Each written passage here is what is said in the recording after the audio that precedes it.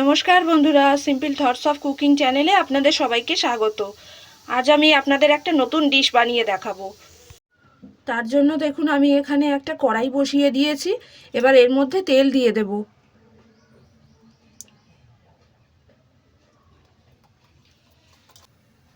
এবার দেখুন তেলটা ভালো করে গরম হয়ে গেছে। এবার আমি কতগুলো পেঁয়াজ কলি ছোট ছোট করে কেটে রেখেছি সেটা দিয়ে দেব।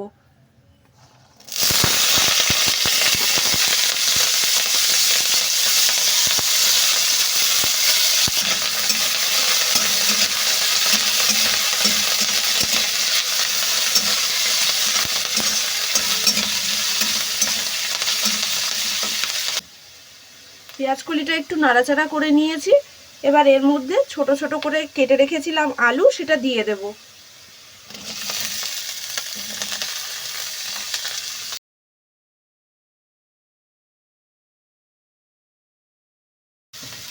একটু নাড়াচাড়া করে নিয়েছি।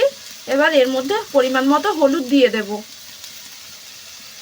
পরিমাণ মতন লবণ দিয়ে দেব।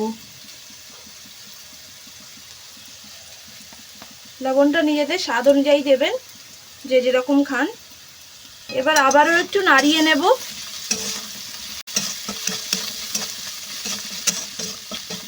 আর ঢাকা দিয়ে ভাজা হতে দেব। এবার দেখুন আমি ঢাকা খুলে নিয়েছি। পেঁয়াজ কলি আর আলুটা একটু ভাজা ভাজা হয়ে এসেছে। এবার আমি এখানে কিছুটা পেঁয়াজ কুচি করে নিয়েছি আর কিছুটা রসুন চপ করে নিয়েছি।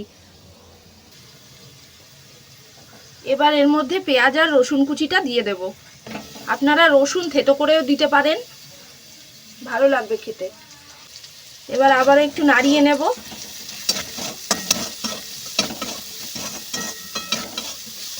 এবার একটু ঢাকা দিয়ে পেঁয়াজ আর রসুনটা একটু নরম করে নেব। এবার দেখুন আমি দুটো ডিম নিয়ে নিয়েছি। এবার এর মধ্যে অল্প লবণ দিয়ে এটাকে ফেটিয়ে নেব। দেখুন ডিমটাকে ভালো করে ফেটিয়ে নিয়েছি। এদিকে দেখুন পেঁয়াজ আর রসুনটাও নরম হয়ে গেছে, ভাজা ভাজা হয়ে এসেছে। এবার ডিমটাকে এর মধ্যে দিয়ে দেব। এবার এটাকে নাড়িয়ে নেব।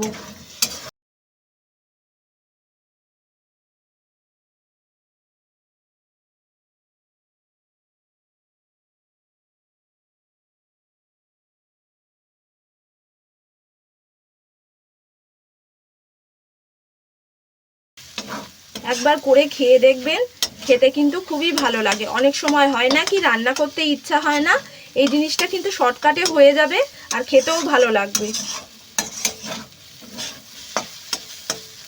ডিম ভুজিয়া তো অনেকেই খেয়েছেন, তবে পেঁয়াজ কলি দিয়ে খেয়েছেন কিনা জানি না। তবে একবার খেয়ে দেখবেন, খারাপ লাগবে না, ভালোই লাগবে। এবারে এই অবস্থায় সামান্য গোলমরিচের গুঁড়ো দিয়ে দেব।